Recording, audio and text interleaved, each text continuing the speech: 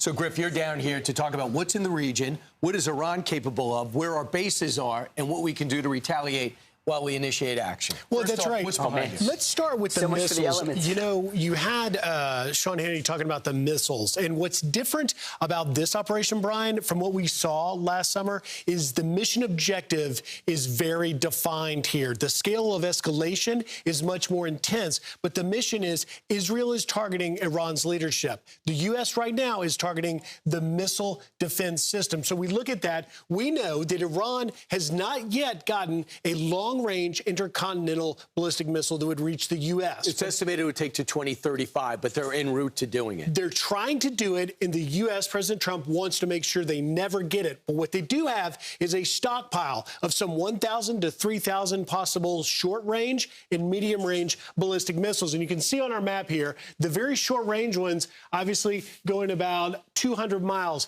Already, Iran, in these early hours, have hit in the Bahrain. They targeted our Fifth Fleet. They've hit the UAE. They've launched missiles at Saudi Arabia. So far, no casualties. But obviously, Iran is striking at the entire region, hence making this, as Trey Inks reports, regional. But it is the medium-range missiles, the Shahab 3s, and some of the ones you'll hear about in the coming days. Look at this, Brian. They can hit Italy. They can hit Germany if they get them. One thing we also know about this initial, and we're waiting for the battle damage assessment, we know that likely those F-22 Raptors were used to go in early and fast and try and take out the enemy air defense. So a couple of things. We had missile defense in Europe just in case this happens. But guess what? Barack Obama says, I want to be friends with Russia. I hear it annoys you that we have missile defense there. So for no reason, I will just arbitrarily take it out. By the way, the Europeans sitting this one out. In fact, the UK, as well as France, says, don't use our bases. We needed the ones with Diego Garcia, and we're not going to forget. I don't think this administration is going to forget that. What else can we see as we try to analyze this region, what Iran has and what Iran has and what we have?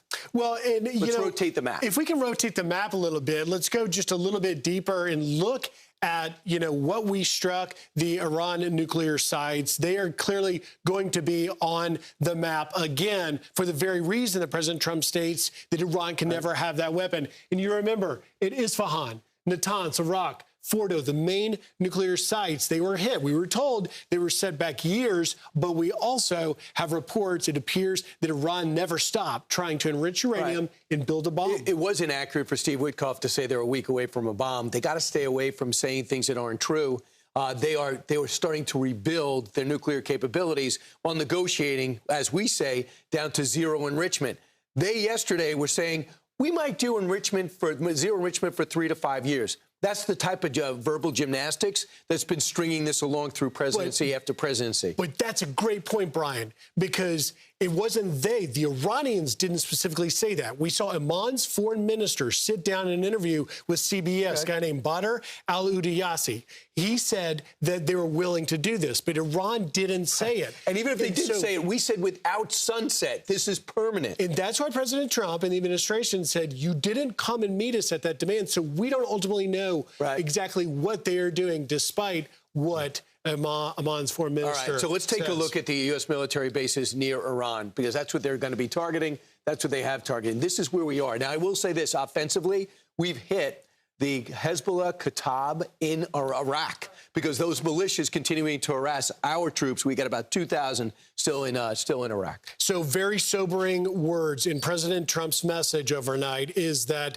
we could have American casualties. And that's why the green dots here are major U.S. bases. We know, of course, in Bahrain, we have the Navy's Fifth Fleet. We have Udeid in the region. We have Salem in Kuwait. And these bases are why we are worried that Iran has already tried to launch missiles. We can expect that to increase. And then I just want to show you one little area here. This short little 20, 30-mile way in the Strait of Hormuz, we obviously have our bases down there. That is as the U.S. seeks to accomplish the goal of air and naval dominance. That is going to be an area where we're worried about the Houthis getting involved, and we're worried about Iran trying to block it with their Navy. The Houthis have already said they're going to look to shut down that waterway. So we're not going to allow that. They're going to put themselves into that. They also said they're going to begin to hit Israel. So we have to be aware of that. That's what Saudi Arabia had to deal with prior to Joe Biden coming in. And Joe Biden's administration actually sided with the Houthis, took them off the terror list, and left Saudi Arabia naked to take on that fight. Now we had to end up going in there with this administration and bombing them for 52 straight days. They finally got the message, but they're back in play. And Saudi Arabia already this morning condemning missiles launched at them. This is no doubt turning into a regional conflict very quickly. That's what they want. They want our allies in the region to turn on us. I don't think it's going to happen. I think the administration's in great communication with the UAE, Saudi Arabia. Jordan's also reporting that they've been targeted too. No injuries. All right. Thanks so much, Grip. Great to see you. All right.